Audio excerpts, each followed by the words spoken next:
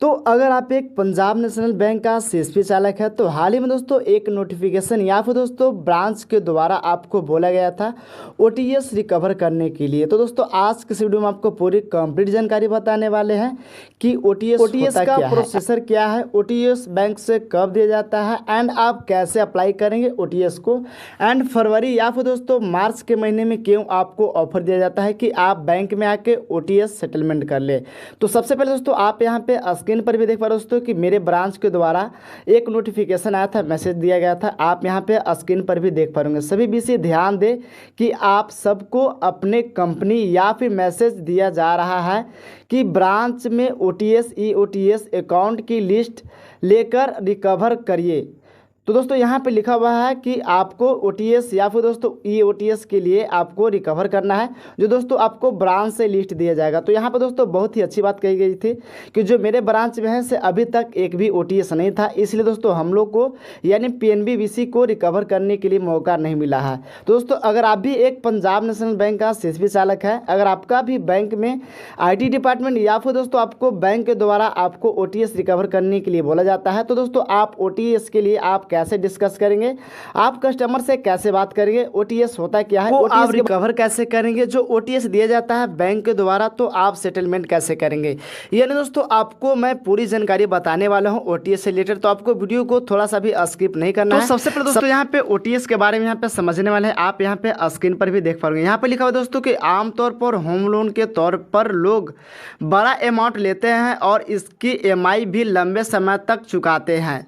इतने लंबे पीरियड के दौरान कई बार मीडियम क्लास लोगों के सामने आर्थिक संकट भी आ जाता है और स्थिति ऐसा बन सकता है कि लोन की किस्त दे पाना मुश्किल हो जाता है। ऐसे स्थिति में दोस्तों बैंक के द्वारा आपको ओटीएस यानी वन टाइम सेटलमेंट करने के लिए विकल्प चुना जाता है। यहाँ पर दोस्तों साफ साफ लिखा हुआ है कि कई बार आपको बैंक के द्वारा आपको घर बनाने के लिए या फिर दोस्तों इस प्रकार से कई सारे लोन होते हैं जो दोस्तों आपको बैंक के द्वारा दिया जाता है और आप बैंक को टाइम टू टाइम दोस्तों पैसा वापस करते हैं। पर दोस्तों आपका घर में ऐसा भी स्थिति आता है कि आप लोन को नहीं चुका पाते, इसलिए दोस्तों आपको बैंक के द्वारा एक ऑफर दिया जाता है जिसे दोस्तों हम लोग बोलते हैं ओटीएस यानी one time settlement. OTS scheme कब मिलता है, यहाँ पे दोस्तों हम समझने वाले हैं। यदि आप किसी भी लोन का सेटलमेंट अगर वो अनसिक्योर नहीं है और वह सिक्योर लोन है और आप चाहते हैं कि ओटीएस के माध्यम से सेटलमेंट करने के लिए, तो दोस्तों बैंक के द्वारा आपको एक ओटीएस यानी दोस्तों ऑफर दिया जाता है कि आप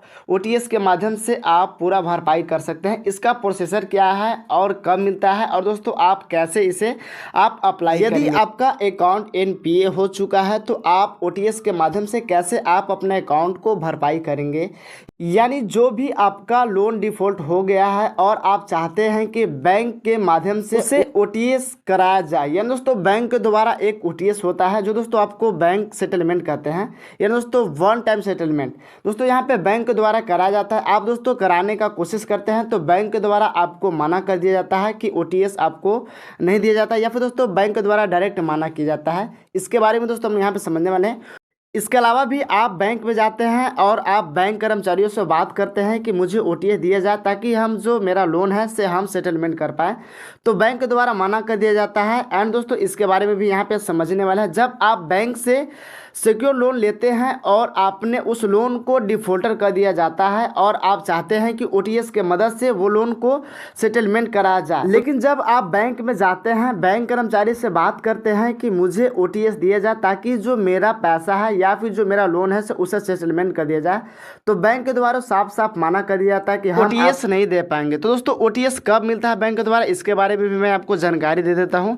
तो बैंक के द्वारा नियम है कि जब दोस्तों बैंक को फाइनेंशियल ईयर होता है, जैसे यहाँ पे फरवरी या फिर दोस्तों मार्च महीने तक आपको ओटीएस के लिए आपको अप्लाई करना रहता है या फिर दोस्तों ओटीएस के लिए आपको दिया जाता है कि आप आइए ब्रांच में और आप ओटीएस के लिए अप्रूवल या फिर दोस्तों अप्लाई कर सकते हैं। और बैंक चाहते हैं कि जो कस्टमर का एनपीए अकाउंट हो चुका है तो ओटीएस के लिए फरवरी या फिर दोस्तों मार्च महीने तक ही आपको टाइम दिया जाता है। एंड बैंक को भी दिखाना रहता है कि जो मेरा बैलेंस शीट है अभी तक हमने एनपीए अकाउंट को इतना रिकवर कर पाया है। तो दोस्तों इस प्रकार से बैंक का भी इशू होता है। एंड दोस्तों बैंक बैंक का भी कुछ न कुछ प्रॉब्लम होता है या फिर दोस्तों उनका नियम रहता है कि ओटीएस आपको मार्च या फिर दोस्तों आपको फरवरी महीने में ही दिया जाता है। और दोस्तों आप चाहते हैं कि बैंक द्वारा कभी भी आपको ओटीएस लेने के लिए, तो दोस्तों बैंक कर्मचारी चाहे तो साल में किसी भी महीना में आपको ओटीएस दिया जाएगा, ताकि आप अपने आके बैंक में एनपीए अकाउंट को सेटलमेंट कर सके। तो इस प्रकार से दोस्तों मैंने आपको पूरी कंप्लीट जानकारी बता दिया है कि ओटीएस होता क्या है और दोस्तों आप ओटीएस को कैसे जमा करेंगे। यानी दोस्तों आप एक पंजाब नेशनल बैंक का सीएसपी चालक है तो आप भी दोस्तों आप अपने कस्टमर से इस प्रकार से ओटीएस के बारे में आप डील कर सकते हैं। आप दोस्तों ओटीएस के बारे में कस्टमर को समझा सकते हैं कि ओटीएस होता क्या है। अगर दोस्तों आपका भी मोबाइल फोन पे कुछ इस प्रकार से नोटिफिकेशन आए तो सबसे पहले दोस्तों आपको वेरिफिकेशन कर लेना है, आपको ब्रांच में जाकर दोस्तों ओटीएस के बारे में जानकारी लेना है, या फिर दोस्तों जो ओटीएस के लिए आपको जो डाटा मिलेंगे, लिस्ट मिलेंगे, इसके बाद ही दोस्तों आप ओटीएस के लिए काम करेंगे। अगर वीडियो अच्छा लगता हो तो इस वीडियो को आपको ज़्यादा से ज़्यादा शेयर करना है और लाइक करें। हमारे चैनल पे आप नए हैं तो चैनल को सब्सक्राइब करके आपको बेल आइकन जरूर प्रेस करना, ताकि दोस्तों ऐसे ही आने वाला वीडियो का नोटिफिकेशन सबसे पहले आप तक मिल जाए। तो फिर मिलेंगे अगले वीडियो में नई जानकारी के साथ, नई इन्फॉर्मेशन के साथ। तो बस आज के लिए इतना ही। जय हिंद दोस्तों।